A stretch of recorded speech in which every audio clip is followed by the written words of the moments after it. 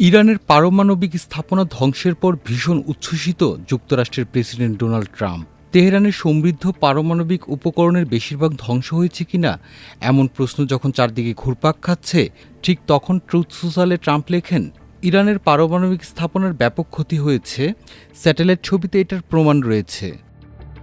Truth সোশ্যালে তিনি লেখেন, নিশ্চিহ্ন এখানে সঠিক শব্দ হবে, এর ছাদও মাটির স্তরের অনেক নিচে, আগুন থেকে সম্পূর্ণরূপে সুরক্ষিত। সবচেয়ে বড় ক্ষতিটি মাটির স্তরের অনেক নিচে ঘটেছে।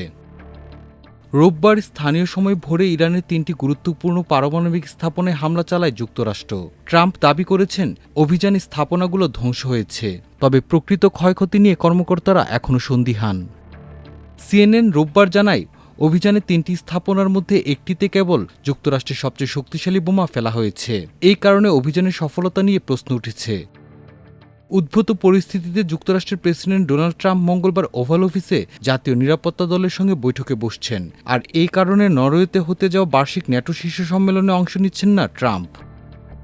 এদিকে ইরানের পারমাণবিক স্থাপনায় হামলার আগে ট্রাম্প ও তার দল কংগ্রেসের শীর্ষস্থানীয় রিপাবলিকানদের সঙ্গে যোগাযোগ রাখলেও বোমা ফেলার পর পর্যন্ত গুরুত্বপূর্ণ ডেমোক্রেটদের নিজের পরিকল্পনা সম্পর্কে জানাননি ট্রাম্প। একাধিক রিপাবলিকান সূত্র অনুযায়ী কংগ্রেসের শীর্ষ 2 Republican house of speaker Michael Johnson এবং সিনেটের সংখ্যাগরিষ্ঠ নেতা জন থুনকে ইরানের পারমাণবিক স্থাপনায় হামলার বিষয়ে আগে অবহিত করা হয়েছিল।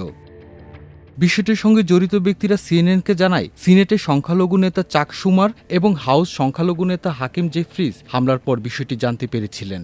একটি সূত্র বলছে, হামলার শুরুর 1 ঘণ্টা আগে ফোন করা হয়েছিল শুমারকে। যে দেশে এই অভিযান চালানো হবে তার নাম উল্লেখ না করে তাকে আসন্ন সামরিক পদক্ষেপের কথা বলা হয়েছিল। হোয়াইট হাউসের প্রেস সেক্রেটারি ক্যারোলিন লিভিট এক্সে লিখেন, প্রশাসন কংগ্রেশনাল নেতৃত্বের সঙ্গে দ্বিদলীয় সৌজন্যমূলক যোগাযোগ করেছেন, অভিযানের আগে শুমারের সঙ্গেও কথা বলেছেন। ইসরায়েল ইরান পাল্টাপাল্টি হামলা চলছে। রোববার এই যুদ্ধে সরাসরি জড়িয়ে পড়ে যুক্তরাষ্ট্র।